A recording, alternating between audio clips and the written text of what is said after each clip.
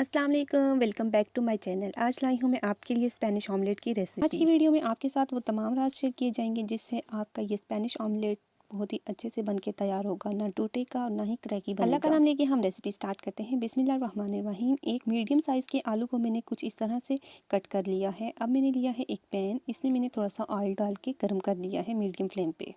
Medium flame पे oil गर्म हो जाएगा तो इसमें हम शामिल करेंगे ये आलू छोटे छोटे पीसेस में जो हमने कट किए हुए थे।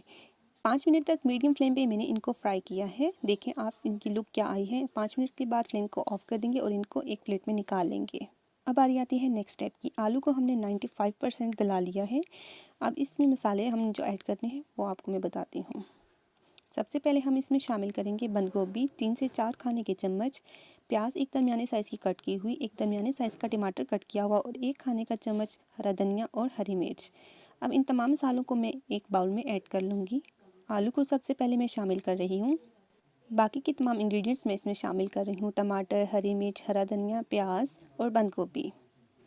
तमाम वेजिटेबल्स मैंने इसमें ऐड कर ली हैं। अब इसमें मैं शामिल करूँगी कुछ मसाले, बहुत ही कम मसाले इसमें जाएंगे। सबसे पहले मैं शामिल करूँगी रेड चिली का पाउडर 1 टीस्पून, 1 टीस्पून इसमें नमक जाएगा और 1 टीस्पून इसमें कुटी हुई लाल मिर्च जाएगी। तमाम स्पाइसेस ऐड हो चुके हैं। अब इनको अच्छे से हम मिक्स कर लेंगे। जब तक मैं मिक्सिंग करती हूँ, अगर आपने अभी तक मेरे चैनल को सब्सक्राइब नहीं किया तो जल्दी से जाएं, सब्सक्राइब करें और बेल के बटन को क्लिक करें ताकि हर आने वाली वीडियो का नोटिफिकेशन आपको मिलता रहे।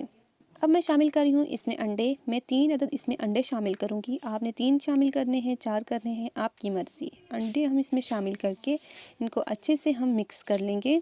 मेरी कुकिंग वीडियोस अगर आपको पसंद आती हैं तो आप अपनी फैमिली मेम्बर्स और फ्रेंड्स के साथ ज़रूर शेयर किया करें। ऑमलेट के मसालों की मैंने अच्छे से मिक्सिंग कर ली है।